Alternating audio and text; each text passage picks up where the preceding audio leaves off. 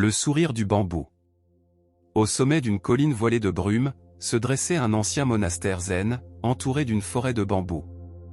Les tiges vertes se balançaient doucement sous la caresse du vent, murmurant des paroles que seuls les cœurs attentifs pouvaient entendre. Là vivait le maître Haru, un homme au sourire paisible et aux yeux profonds comme le ciel.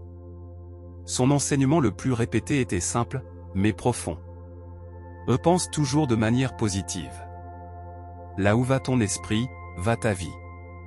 Un jour, un jeune homme nommé Akio arriva au monastère, les épaules affaissées et le regard éteint. Il avait essuyé de nombreuses défaites en ville, et la tristesse pesait lourdement sur son âme. « Maître, dit Akio en s'inclinant respectueusement, j'ai perdu tout ce que j'aimais.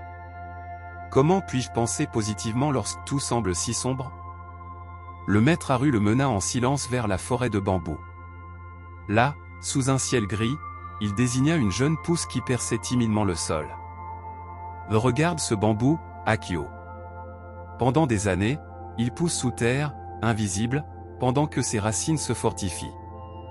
Personne ne voit ses efforts, et pourtant, il continue de croître, avec foi en un ciel qu'il n'a pas encore touché. » Akio contempla la petite pousse, surpris par sa détermination silencieuse. « Pense positivement, non parce que la vie est facile, poursuivit Haru, mais parce que tes pensées sont l'eau qui nourrit tes racines. Si tu nourris l'ombre, l'ombre grandira. Si tu nourris la lumière, même dans l'obscurité, la lumière trouvera son chemin jusqu'à toi. » Le jeune homme hocha lentement la tête, comme si une brise légère commençait à chasser les nuages de son cœur. « Alors, maître, par où commencer ?» Haru lui sourit avec tendresse. « Commence par une pensée. Une seule. Remercie simplement d'être ici, de respirer, de ressentir, d'apprendre. De cette petite pousse naîtra toute une forêt. » Akio ferma les yeux et prit une profonde inspiration. « Je suis ici. Je suis en vie. Je peux apprendre. » À cet instant, un rayon de soleil perça les nuages, illuminant la forêt de bambous. Depuis ce jour-là, Akio décida de rester au monastère. Chaque matin, à son réveil, il se rappelait les paroles du maître. Commence par une pensée positive. Au début, ce n'était pas facile. Son esprit était habitué à ressasser les échecs, les pertes, les paroles blessantes. Mais chaque fois que le tourbillon de pensées négatives surgissait, Akio prenait une profonde inspiration et choisissait une nouvelle graine pour son jardin intérieur. Aujourd'hui est une nouvelle opportunité. Chaque erreur m'a enseigné quelque chose de précieux. Je suis plus fort que je ne le pense. Avec le temps, ces petites pensées commencèrent à transformer sa vision du monde. La pluie ne lui semblait plus être un obstacle, mais un champ de vie pour la terre. Les erreurs n'étaient plus des chaînes, mais des marches à gravir. Les paroles dures des autres devenaient des miroirs pour mieux se connaître. Un jour, alors qu'il balayait la cour du temple, Akio trouva Haru en train de contempler le ciel. « Maître, demanda-t-il, pourquoi nos pensées ont-elles tant de pouvoir ?» Haru lui offrit un sourire éclatant. « Imagine que ton esprit est un lac, Akio. Si tu y jettes des pierres de peur et de doute, l'eau s'agite et se trouble. Tu ne peux plus y voir le reflet du ciel. Mais si tu y déposes des pensées de gratitude, de confiance et d'espérance, le lac s'apaise, et le ciel tout entier peut s'y refléter. » Akio médita ces paroles. Pour la première fois, il comprit qu'il n'était pas l'esclave de ses pensées, il pouvait les choisir. Il pouvait cultiver son esprit, comme on cultive un jardin. Dès lors, chaque pensée devint une graine. Et le jeune jardinier intérieur d'Akio se réveilla, avec patience et amour. Les jours et les saisons passèrent. Les jeunes pousses de bambou grandissaient autour du monastère, hautes et solides, comme des symboles vivants de patience et de persévérance. Akio changeait lui aussi. Ses pas étaient plus légers, son regard plus lumineux.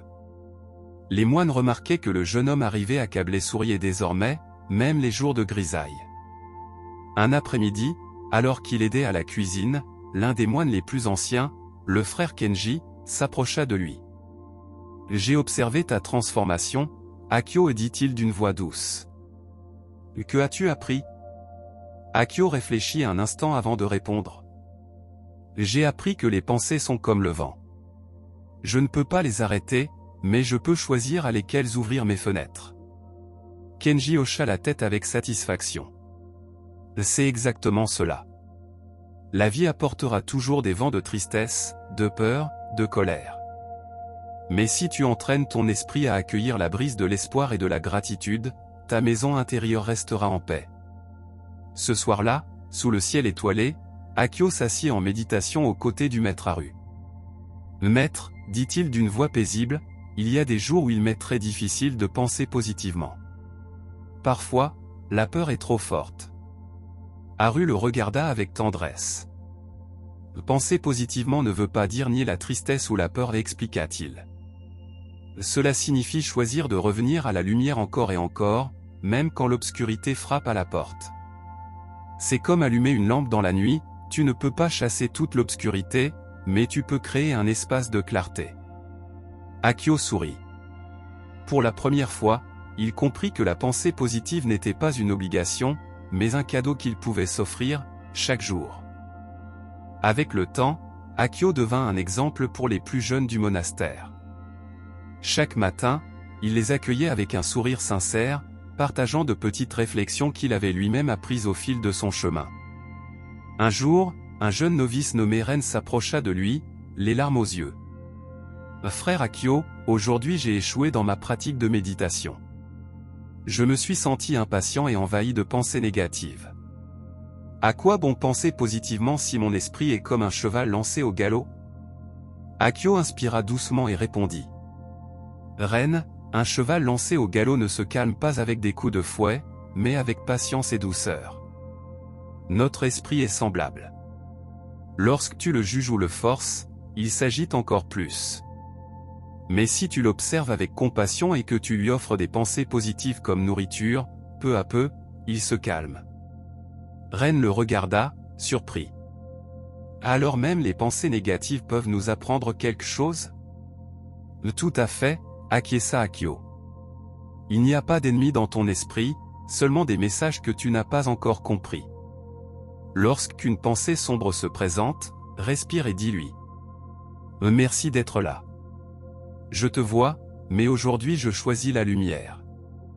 Ren essuya ses larmes, inspiré par ces paroles. Cet après-midi-là, alors qu'il contemplait la forêt de bambous, Akio se remémora un autre enseignement du maître Haru. Les pensées sont comme les saisons. N'aie pas peur de l'hiver de l'esprit. Au cœur de chaque hiver dort la promesse du printemps. Dès lors, chaque fois que le découragement le visitait, Akio répétait calmement. Cela aussi passera.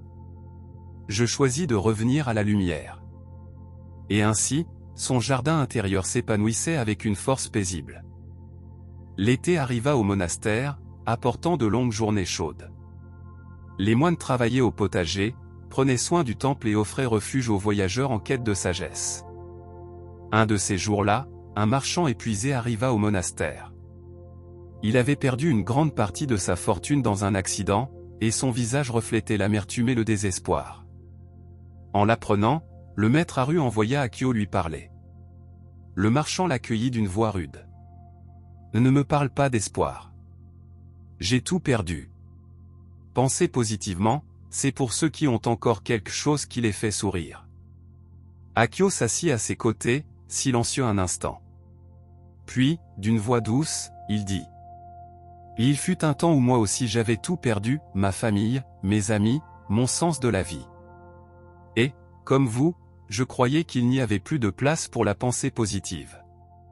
Mais un jour, j'ai compris que penser négativement ne me rendrait pas ce que j'avais perdu, cela ne ferait que me voler ce qu'il me restait encore. » Le marchand fronça les sourcils. « Et que me reste-t-il maintenant ?» Akio désigna le ciel doré par le coucher du soleil. « Il vous reste cet instant. Il vous reste votre souffle. Il vous reste l'opportunité de recommencer. Plantez aujourd'hui une seule pensée positive, et observez comment, avec le temps, votre vie commencera à se transformer. Non pas parce que les problèmes disparaîtront, mais parce que vous aurez changé de l'intérieur. » Le marchand leva les yeux vers le ciel. Une larme coula le long de sa joue. Je ne l'avais jamais vu ainsi. Peut-être que je peux encore choisir la manière de regarder ce qui m'arrive. Akio lui sourit avec chaleur. Nous pouvons toujours choisir. La véritable richesse n'est pas ce que nous possédons, mais l'attitude avec laquelle nous vivons chaque jour. Cette nuit-là, le marchand resta au monastère. À l'aube, on l'entendit murmurer en contemplant le soleil levant. Aujourd'hui, je choisis de remercier pour ce nouveau jour. Les jours s'écoulaient en harmonie au monastère, et l'enseignement, pensé toujours positivement, s'entrelaçait peu à peu, tel un fil invisible, dans la vie de chacun. Un jour, le maître Haru réunit ses disciples sous le grand cerisier. Ses pétales roses tombaient doucement, comme des bénédictions venues du ciel. Aujourd'hui, je souhaite vous raconter une histoire, dit le maître. Il était une fois un homme qui marchait dans la forêt lorsqu'il tomba dans un piège. Il ne pouvait en sortir. L'homme se mit à maudire son sort et à ressasser tout ce qu'il avait perdu. Son esprit se remplit d'amertume et de peur. Les disciples écoutaient attentivement.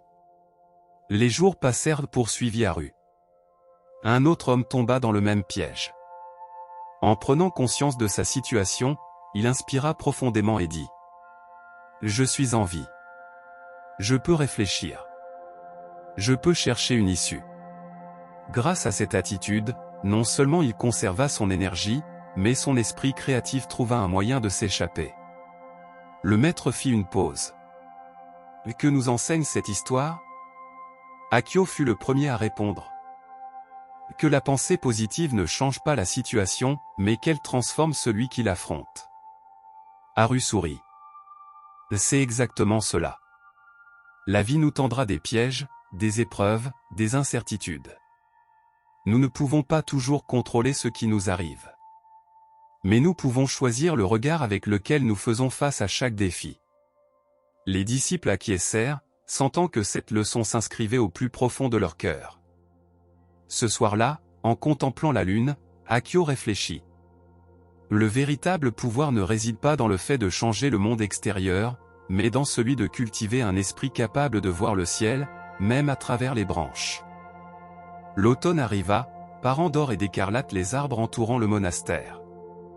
Les feuilles tombaient, doux rappel de l'impermanence. Un jour, Akio fut convoqué dans la salle du maître Haru. « Tu as parcouru un long chemin », Akio lui dit le maître d'une voix paisible. « Mais je veux que tu te souviennes de ceci, penser toujours positivement ne signifie pas fuir la réalité. Cela signifie l'accueillir avec un esprit ouvert et un cœur solide. » Akio acquiesça. « Je comprends, maître. Parfois, je crains de tomber dans un optimisme illusoire, en ignorant les difficultés. » Haru sourit. La véritable pensée positive ne nie pas les difficultés. Elle les reconnaît, les honore, puis choisit de se concentrer sur ce qui fortifie l'esprit. C'est comme le bambou, souple face au vent, mais enraciné profondément. Dans les jours qui suivirent, Akio s'exerça à cet équilibre. Lorsqu'une journée de pluie interrompit le travail au potager, au lieu de se plaindre, il organisa une séance de méditation. Lorsqu'un moine tomba malade, au lieu de céder à la crainte, il choisit de lui offrir sa présence, ses soins et des paroles de réconfort. Peu à peu, il découvrit que la pensée positive était un art, un acte constant de choisir la lumière, même lorsque le ciel s'obscurcissait. Un après-midi, en contemplant la forêt de bambous, Akio pensa : chaque pensée est comme une goutte qui remplit le verre de ma vie. Je choisis de remplir le mien de clarté, de gratitude et d'espérance. Et avec cette conviction, son cœur devint aussi fort et aussi souple que les tiges qui l'entouraient. L'hiver arriva. La forêt de bambous demeurait droite, silencieuse sous la neige. Au monastère, le feu crépitait dans les brassereaux, et les enseignements continuaient à fleurir. Un jour, alors que le maître Haru et Akio marchaient ensemble sur le sentier enneigé, le maître s'arrêta. « Akio, qu'as-tu appris durant tout ce temps ?» Akio sourit avec humilité. « J'ai appris que penser toujours positivement est un chemin, non un but. Il ne s'agit pas d'éviter la tristesse ou la peur, mais de choisir encore et toujours la confiance, la gratitude et la compassion. J'ai compris que la lumière n'est pas l'absence d'obscurité, mais la décision d'allumer une lampe, même dans la nuit la plus profonde. Le maître hocha la tête, satisfait. Très bien, Akio. Souviens-toi, le monde ne changera pas toujours parce que tu penses positivement. Mais ta manière de le vivre, elle, changera. Et c'est là la véritable liberté. Ils reprirent leur marche. La neige tombait doucement, couvrant la forêt d'un manteau de pureté. Arrivé à une clairière, Akio contempla les hauts bambous qui pliaient sous le vent sans jamais se rompre. C'est ainsi que je veux être, pensa-t-il, solide dans mes racines, souple dans mon esprit, toujours ouvert à la lumière, quelles que soient les saisons de la vie. Et à cet instant, il comprit que la pensée positive n'était pas seulement une pratique, mais une manière de vivre avec le cœur éveillé. Dès lors, chaque matin, en ouvrant les yeux, Akio murmurait en silence. « Aujourd'hui, je choisis la lumière. Aujourd'hui, je choisis de voir le bien. Aujourd'hui, je choisis de cultiver la paix. » Ainsi, tel le bambou qui sourit au ciel, son esprit s'épanouit, et avec lui, la vie de tous ceux qui l'entouraient.